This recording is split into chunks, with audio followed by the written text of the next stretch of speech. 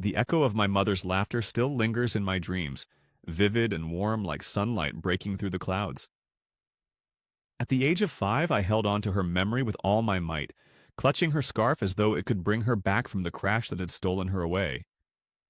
But then my father called to me during the harsh winter that followed, tearing the scarf from my hands and telling me to stop crying, to stop grieving because she was gone and I wasn't a child anymore.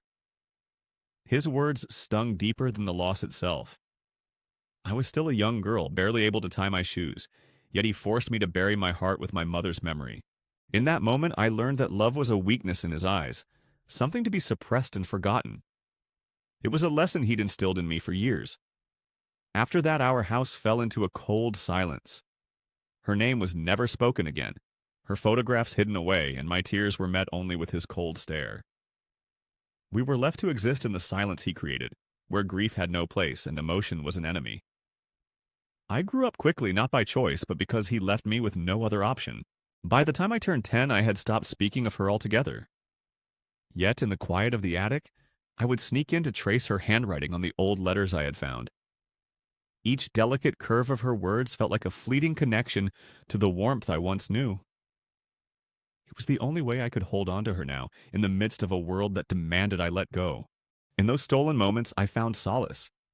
Though my father's demands had robbed me of much, they hadn't taken away my memories. They couldn't touch the love I held for her, not completely.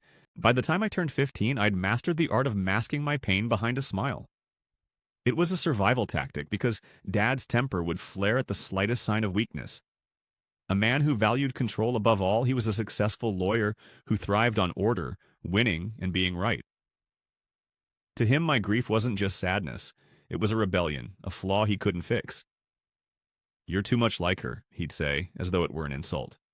But to me it was a secret strength, a bond to my mother that kept me grounded. When I was 18, I left. College became my escape, my chance to breathe without the weight of his presence. I chose art, something my mother loved, something Dad had always dismissed as worthless. With every brushstroke, I brought her back to life. Her eyes appeared in the curves of distant horizons, her warmth radiated through sunsets. Each painting was an act of rebellion, a way to defy his command to forget.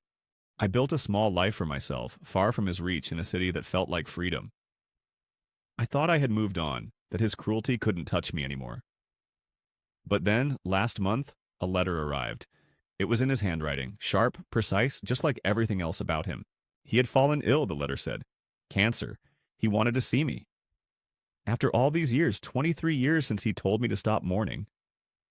Now he was asking for my forgiveness. I stood still, the letter quivering in my hands. Part of me wanted to tear it up, to let him meet his end as alone as he had left me. But the other part, the part that still remembered Mom's laughter, knew I had to go. The hospital reeked of antiseptic and regret. He looked smaller in that bed. His once powerful frame had withered, his eyes were hollow. "Ellie," he whispered my name, barely audible. I waited for the apology, for a sign that he understood the pain he had caused. But instead he spoke of his legacy, his company, his name. Even now it was all about him. The anger I had buried deep inside started to stir, but I remained silent, knowing that Mom would have wanted me to. Days turned into weeks, and I visited not for him, but for the little girl I used to be, the one he'd silenced. I brought with me her scarf, the one he had taken all those years ago, and gently laid it across his bed. He looked at the photograph, his fingers trembling, and for the first time, I saw something crumble inside him. "I was wrong," he muttered at last, his voice barely above a whisper. "I thought I had control. I thought pain made us stronger." Tears welled up in his eyes, and I couldn't remember the last time I had seen him so vulnerable. It was a sight so unfamiliar that I almost turned away. "I lost her too, Ellie, and I lost you because I couldn't face it." His words couldn't undo the scars of the years, the nights I spent crying in silence. They didn't heal the emptiness of those moments when I needed a father, only to find more rules and distance. Yet they were a crack in the fortress he'd built around himself, a small window into the man he could have been if he had allowed himself to grieve. I didn't forgive him, not entirely, but I stayed. I stayed as he grew frail, as the cancer took hold of him, stealing the strength that his pride had once shielded. In those last days, he spoke of Mom, her laughter, her kindness, the things he had never allowed himself to acknowledge. It was too late for us, but at least it wasn't too late for her memory. On a quiet gray morning, he passed away, clutching her scarf in his hands. I stood there, unmoved by the moment. It wasn't for him that I felt anything, but I couldn't ignore the change within me, a burden lifting as if it had been there far too long.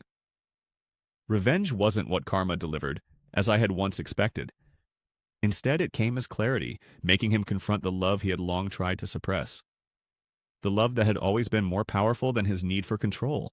As I left the hospital, a sense of lightness came over me, not because he was gone, but because I had taken back what he had tried to rob from me, the ability to grieve, to love, to remember. Now, at 28, I've returned to painting. My latest piece, a tribute to Mom, is also for myself, a canvas portraying a girl standing on a hill. Her figure framed by a heart that remains intact. Dad's voice is no longer there, but in its place, I hear hers. She's proud, I think. And so am I.